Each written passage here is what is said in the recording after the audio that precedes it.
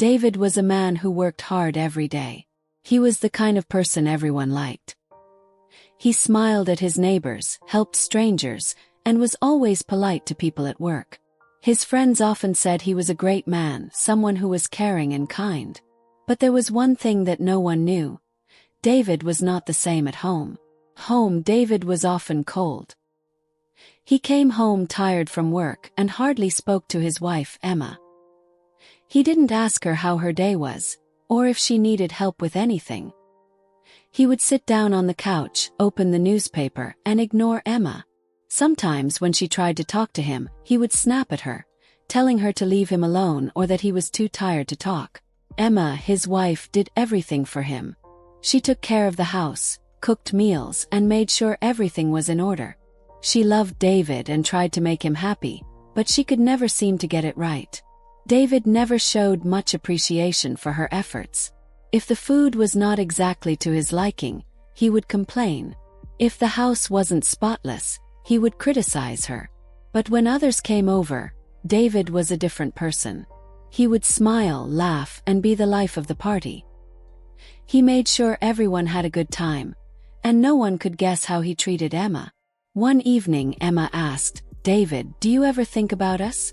About our life together?" David barely looked up from his newspaper. "What do you mean? I work hard for us, don't I?" "But David, I need more than just work." "Need you? I need your time, your kindness."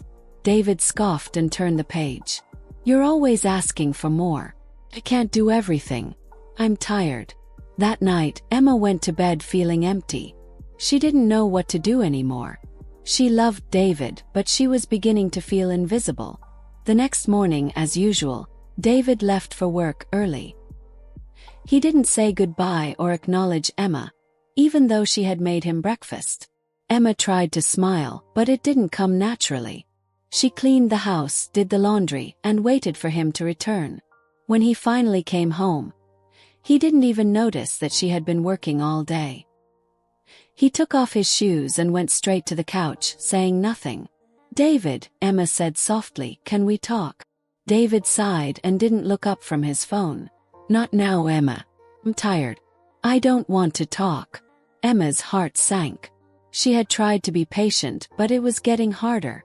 She thought about how nice David was to everyone else. Why couldn't he be like that with her?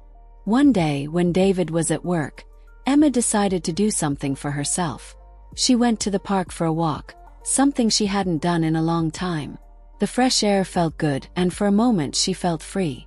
She noticed other people walking with their families, laughing, talking. It made her wish she could have that kind of life too. When she came home, she found David in the living room, talking on the phone with a friend. He was laughing, making jokes, and acting like everything was perfect. Emma didn't say anything. She quietly went to the kitchen to start dinner.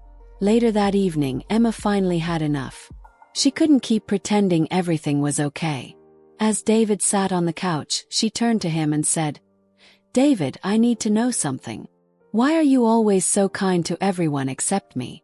Why do I feel like I don't matter to you?" David looked at her in surprise. "What are you talking about? I'm just tired. I don't have time for everything." "I don't need you to be perfect," Emma said, her voice trembling. "I just need you to care about me. I need to feel loved, not ignored." David didn't respond. He just looked away. Emma felt the tears start to well up in her eyes, but she didn't want to cry. She had tried to hold on, but now she realized that something had to change. She couldn't keep living like this. Emma's mind was a whirlwind of thoughts that night. She had spent years trying to make her marriage work, pouring her energy and love into their life together, only to feel undervalued and unappreciated. She realized she had to rediscover herself, to find happiness within her own existence, whether or not David decided to change. The next day, Emma made a decision. She enrolled in a local art class, something she had always wanted to do but had put off because of her responsibilities. First, she felt nervous. It had been so long since she had done anything for herself. But as she began to paint, she felt a spark of joy she hadn't felt in years. Weeks passed, and Emma started to blossom. She made friends in the art class and began attending social gatherings. She laughed more, found her confidence, and started to see her own worth beyond being a wife who was constantly giving. She still loved David, but her happiness no longer depended solely on him. David, however, remained oblivious. He noticed Emma's absence in the evenings but didn't bother to ask where she was. He assumed she was just finding new ways to fill her time. Yet, he couldn't ignore the growing distance between them. One evening, as Emma was preparing to leave for an art exhibition showcasing her work, David finally spoke up. "Where are you going?" Emma turned to him, her expression calm but firm. "I'm going to an art exhibition. One of my pieces is being displayed." David blinked, surprised. "Since when do you paint?" "Since I decided to start living for myself," Emma replied. "David, I've tried to make this work, but I can't keep giving if I'm getting nothing in return." Her words hit David harder than he expected. For the first time, he saw the hurt in her eyes, the years of pain she had silently endured. "Emma, I didn't realize," he began. "That's the problem, David. You didn't realize because you didn't want to. You've been so focused on yourself that you forgot we're supposed to be partners. I'm not saying this to hurt you. I'm saying this because I can't keep living like this." David sat in silence as Emma left for the exhibition. For the first time, he was forced to confront the reality of his behavior. The person he had taken for granted was slipping away, and he had no one to blame but himself. Over the following weeks, David began to change. He started coming home earlier, asking Emma about her day, and genuinely listening.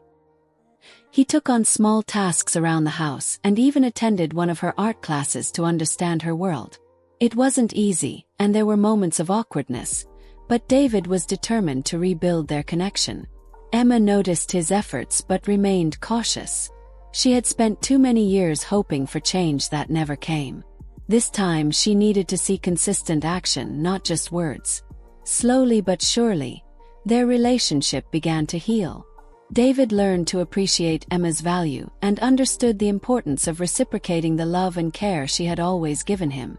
Emma, in turn, found her voice and ensured her needs were met in their partnership. Though the road was long and not without challenges, David and Emma discovered that love was not just about grand gestures but about showing up every day, in small, meaningful ways, for the person who matters most. In the months that followed, Emma's life grew richer and fuller. She became a prominent member of her local art community, receiving invitations to showcase her work in galleries around town. Her sense of self-worth flourished as she gained recognition for her talents. Meanwhile, David's transformation continued. He started volunteering at a local community center during his weekends, inspired by Emma's passion for connecting with others. This newfound purpose brought balance to his life, teaching him the value of giving beyond his work. The couple began spending more quality time together, rediscovering the shared joy that had once brought them together. They went for evening walks, cooked meals together, and even traveled to places Emma had always dreamed of visiting. The walls that had once separated them were slowly replaced with bridges of understanding and mutual respect. As the years passed, David and Emma's story became an inspiration for others. They often shared their journey at workshops and community events, emphasizing the importance of communication, self-reflection, and the willingness to grow.